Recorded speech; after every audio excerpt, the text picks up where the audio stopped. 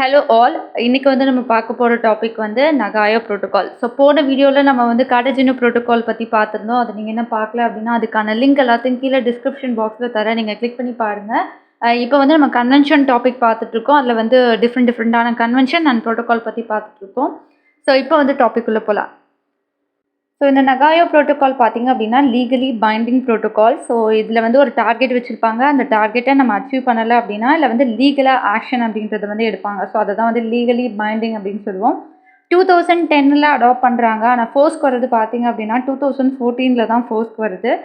United Nation convention on biological டைவர்சிட்டியோட ஒரு supplementary agreement தான் இந்த நகாயோ ப்ரோட்டோகால். ஸோ இந்த கன்வென்ஷன் பற்றி ஆல்ரெடி வீடியோ போட்டிருக்கேன். அதுக்கான லிங்க்கை மேலே ஐகார்டில் தர நீங்கள் கிளிக் பண்ணி பார்க்கலாம்.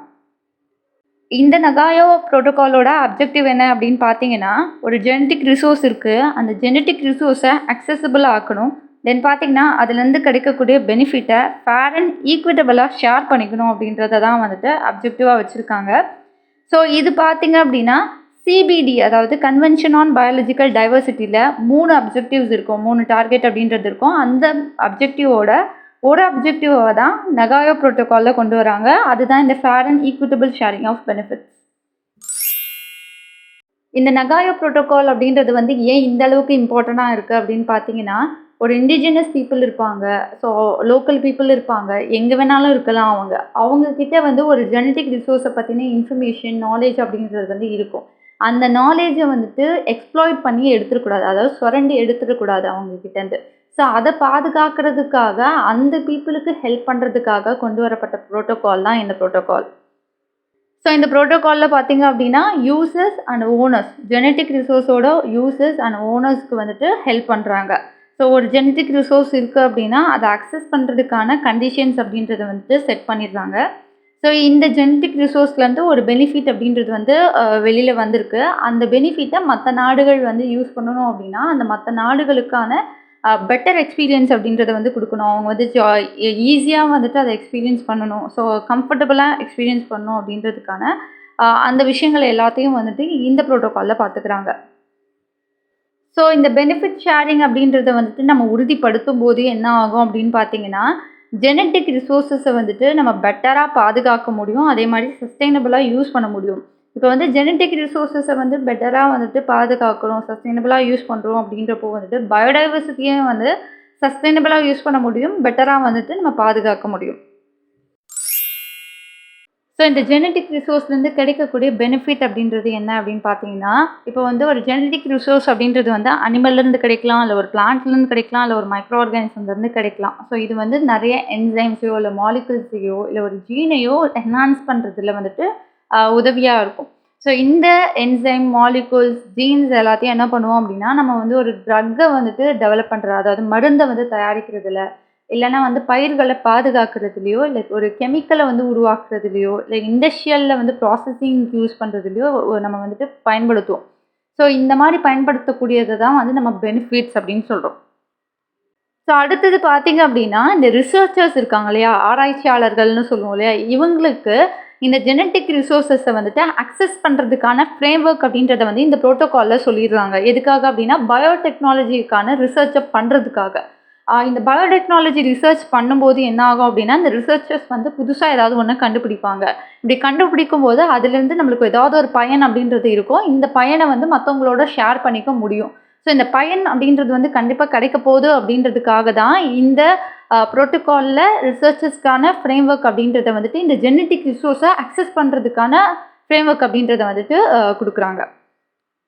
ஸோ அதே மாதிரி indigenous people and local communities அவங்களுக்கான இந்த லீகல் ஃப்ரேம் ஒர்க் அப்படின்றத கொடுக்குறாங்க. ஏன்னா இந்த இண்டிஜினஸ் பீப்புள் அண்ட் லோக்கல் கம்யூனிட்டிஸில் பார்த்தீங்க அப்படின்னா, ட்ரெடிஷ்னலாக இந்த ஜெனட்டிக் ரிசோர்ஸை பற்றின ஒரு நாலேஜ் அப்படின்றது இருக்கும். ஸோ அதுலேருந்து அவங்க பெனிஃபிட் அப்படின்றத நம்மளால் அக்சஸ் பண்ணிக்க முடியும். ஸோ அதுக்காக இவங்களுக்கும் இந்த ஃப்ரேம் ஒர்க் அப்படின்றத இந்த ப்ரோட்டோகாலில் கொடுக்குறாங்க. இதில் கான்ட்ராக்டிங் பார்ட்டிஸ் இருக்காங்க இல்லையா, இவங்க இந்த அக்சஸ், பெனிஃபிட் ஷேரிங், கம்ப்ளைண்ட்ஸ் இது மூணுத்தில் ஏதாவது ஒரு ப்ராப்ளம் வருது அப்படின்னா அதுக்கான மெஷர்ஸை இவங்க தான் எடுப்பாங்க. ஸோ இதில் சில ஆப்ளிகேஷன்ஸ் பற்றி சொல்லியிருக்காங்க. ஆப்ளிகேஷன்னா கடமை அப்படின்னு சொல்லுவோம். ஸோ அக்சஸ் பண்ணுறதுக்கான ஆப்ளிகேஷன் அண்ட் பெனிஃபிட் ஷேரிங்க்கான ஆப்ளிகேஷன் அண்ட் கம்ப்ளைண்ட்ஸுக்கான ஆப்ளிகேஷன் அப்படின்ட்டு 3ஆக பிரிக்கிறாங்க. ஸோ இதில் அக்சஸ் ஆப்ளிகேஷன் அப்படின்றது இருக்கு இல்லையா, இந்த அக்சஸ் அப்படின்றது பார்த்தீங்கன்னா லீகல் சர்டனிட்டியாக இருக்கணும், டிரான்ஸ்பரண்ட்டாக இருக்கணும், கிளாரிட்டியாக வந்துட்டு இருக்கணும் அப்படின்றத சொல்கிறாங்க. அதே மாதிரி ரூல்ஸ் அண்ட் ப்ரொசீஜர் வந்து செட் பண்ணுறாங்க. இந்த ரூல்ஸ் அண்ட் ப்ரொசீஜர் அப்படின்றது வந்துட்டு ஃபேராக இருக்கணும், நான் ஆர்பிட்ரரியாக இருக்கணும் அப்படின்றாங்க. நான் ஆர்பிட்ரரி அப்படின்னா, ஆர்பிட்ரரி அப்படின்றது வந்துட்டு தன்னிச்சையாக, அதாவது நம்ம இஷ்டத்துக்கு வந்துட்டு ஒரு ரூல்ஸ் அண்ட் ப்ரொசீஜரை வந்து செட் பண்ணுறது அப்படின்னு சொல்லுவோம். ஸோ அந்த மாதிரி இஷ்டத்துக்கு இல்லாமல் வந்துட்டு நியாயமான முறையில் வந்துட்டு இருக்கணும் அப்படின்றத தான் வந்து இந்த அக்சஸ் அப்ளிகேஷனில் சொல்கிறாங்க. அதே மாதிரி இதில் சொல்லக்கூடிய இந்த ரூல்ஸ் அப்படின்றது வந்துட்டு ப்ரியர் இன்ஃபார்ம்டு கன்சென்ட்டில் இருக்கணும். அதே மாதிரி மியூச்சுவலாக வந்துட்டு அக்ரி பண்ணுற அளவில் வந்துட்டு இருக்கணும் அப்படின்ற மாதிரி சொல்கிறாங்க. ஸோ இதில் இந்த ப்ரியர் இன்ஃபார்ம்டு கன்சென்ட் அப்படின்றது என்ன அப்படின்னா, முன்கூட்டியே இன்ஃபர்மேஷனை கொடுத்துட்டு அதுக்கான ஒப்புதலை வந்து வாங்கணும். ஸோ அதுக்கான கிளியர் ரூல்ஸ் அப்படின்றது வந்து இருக்கணுன்றாங்க. மியூச்சுவலி அக்ரீட்னா 2 தரப்பினரும் வந்துட்டு அதை அக்ரி பண்ணும், அதாவது ஒத்துக்கணும். ஸோ அந்த மாதிரி தான் வந்துட்டு அந்த ரூல்ஸ் அப்படின்றது வந்துட்டு இருக்கணும் அப்படின்றாங்க. அதே மாதிரி இந்த ரூல்ஸ் அப்படின்றது வந்துட்டு பெர்மிட்டை வந்துட்டு இஷ்யூ பண்ணணும். ஸோ அதுக்கான ப்ரொவிஷன்ஸ் அப்படின்றது வந்துட்டு இருக்கணும் அப்படின்றாங்க. ஸோ அடுத்தது வந்து ரிசர்ச்சை வந்து என்கரேஜ் பண்ணுறாங்க. ஸோ ரிசர்ச்சை என்கரேஜ் பண்ணும்போது தான் பயோடைவர்சிட்டியை பாதுகாக்க முடியும். பயோடைவர்சிட்டியை பாதுகாத்தா தான் அது சஸ்டைனபிளாக யூஸ் பண்ண முடியும். அடுத்த விஷயம் பார்த்தீங்க அப்படின்னா, சில சமயங்களில் இந்த ஜெனட்டிக் ரிசோர்ஸஸ்னால எமர்ஜென்சி அப்படின்றது வந்து க்ரியேட் ஆகலாம். எக்ஸாம்பிள் பார்த்தீங்கன்னா, பிளான்ட், அனிமல், ஹியூமன் ஹெல்த்தை வந்து இது ஆபத்தில் கொண்டு போய் விடலாம். அதை கூட பார்த்தீங்கன்னா கன்சிடர் பண்ணணும் அப்படின்ற மாதிரி சொல்கிறாங்க. அண்ட் தென் பார்த்தீங்கன்னா, ஜெனட்டிக் ரிசோர்ஸ் வந்து உணவுக்காகவோ இல்லை அக்ரிகல்ச்சருக்காகவோ இருக்குது அப்படின்னா அதோட இம்பார்ட்டன்ஸை வந்துட்டு கன்சிடர் பண்ணணும். ஏன்னா ஃபுட் செக்யூரிட்டி அப்படின்றத வந்து நம்ம வந்து பார்த்துக்கணும் அப்படின்றதுக்காக அதையும் வந்து கன்சிடர் பண்ணணும்னு சொல்கிறாங்க. ஸோ இந்த விஷயங்கள் எல்லாத்தையும் அக்சஸ் ஆப்ளிகேஷனில் வச்சுருக்காங்க. ஸோ அடுத்தது வந்து பெனிஃபிட் ஷேரிங் ஆப்ளிகேஷன். ஸோ இப்போ வந்து ஒரு ஜெனட்டிக் ரிசோர்ஸ் இருக்குது, அதை வந்து ஒரு கான்ட்ராக்டிங் பார்ட்டி வந்து கொடுக்குறாங்க அப்படின்னா அந்த பார்ட்டிலேருந்து கிடைக்கக்கூடிய அந்த ஜெனட்டிக் ரிசோர்ஸ்லேருந்து ஒரு பெனிஃபிட் அப்படின்றது வந்து கிடைக்குது அப்படின்னா அது அவங்க கூடயும் பார்த்தீங்க அப்படின்னா ஈக்விட்டபிளாக ஃபேராக வந்து ஷேர் பண்ணணும் அப்படின்னு வந்து சொல்கிறாங்க. ஸோ எக்ஸாம்பிள் பார்த்தீங்க அப்படின்னா, இப்போ ஒரு ரிசர்ச் அண்ட் டெவலப்மெண்ட் பண்ணுறாங்க அப்படின்றப்போ வந்துட்டு ஒரு ஜெனட்டிக் ரிசோர்ஸஸை வச்சு அதில் வந்து சில ஜெனட்டிக் காம்போசிஷனை வந்துட்டு கண்டுபிடிக்கிறாங்க. அதை வச்சு சில விஷயங்களில், அதாவது மெடிசன்லேயோ இல்லை வந்து கமர்ஷியலாகவோ வேறு விஷயங்களில் யூஸ் பண்ண முடியும் அப்படின்னா அதை வந்துட்டு எல்லார் கூடயும் வந்து ஷேர் பண்ணுறதை தான் வந்துட்டு இதில் சொல்லியிருப்பாங்க. ஸோ இந்த ஷேரிங் அப்படின்றது வந்து மியூச்சுவலாக அக்ரி டேர்ம்ஸில் இருக்கணும். அதாவது 2 தரப்பினரும் வந்துட்டு ஒத்துக்கிற மாதிரியான விஷயங்களில் தான் இந்த ஷேரிங் அப்படின்றது வந்து இருக்கணும் அப்படின்றாங்க.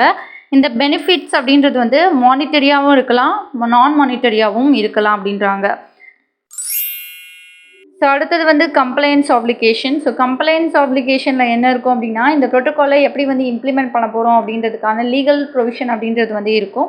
அண்ட் தென் பார்த்தீங்கன்னா, இதுலேருந்து ஏதாவது ஒரு டிஸ்பியூட், சர்ச்சை அப்படின்றது வந்துட்டு உருவாகுது அப்படின்னா அதை எப்படிலாம் வந்துட்டு சால்வ் பண்ண போகிறோம் அப்படின்றதுக்கான விஷயங்களையும் வந்துட்டு இதில் சொல்லியிருப்பாங்க.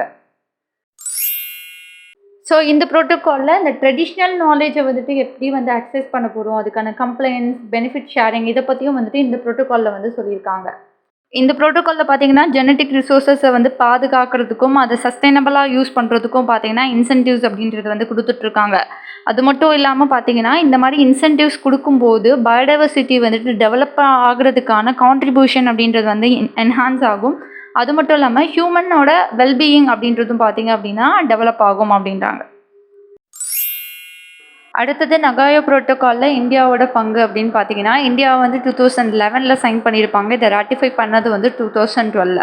ஸோ டொமஸ்டிக் லெவலில் வந்துட்டு இந்த protocol and convention on biological diversity இது எல்லாத்தையும் வந்து இம்ப்ளிமெண்ட் பண்ணுறதுக்காக பயாலஜிக்கல் டைவர்சிட்டி ஆக்ட் 2002 அப்படின்ற ஒன்றை இம்ப்ளிமெண்ட் பண்ணியிருப்பாங்க.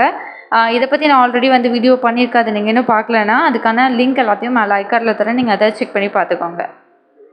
ஸோ இதோட இந்த வீடியோ முடியுது. அடுத்த வீடியோவில் அடுத்த டாபிக் பற்றி பார்க்கலாம். இந்த வீடியோ உங்களுக்கு ரொம்ப யூஸ்ஃபுல்லாக இருக்குது, உங்களுக்கு ரொம்ப இன்ஃபர்மேட்டிவாக இருக்குது அப்படின்னா உங்கள் ஃப்ரெண்ட்ஸ் எல்லாருக்கும் ஷேர் பண்ணுங்கள், லைக் பண்ணுங்கள். உங்களோட நிறைகள் குறைகள் ஏதாவது இருக்குது அப்படின்னா கீழே கமெண்ட் பாக்ஸில் சொல்லுங்கள்.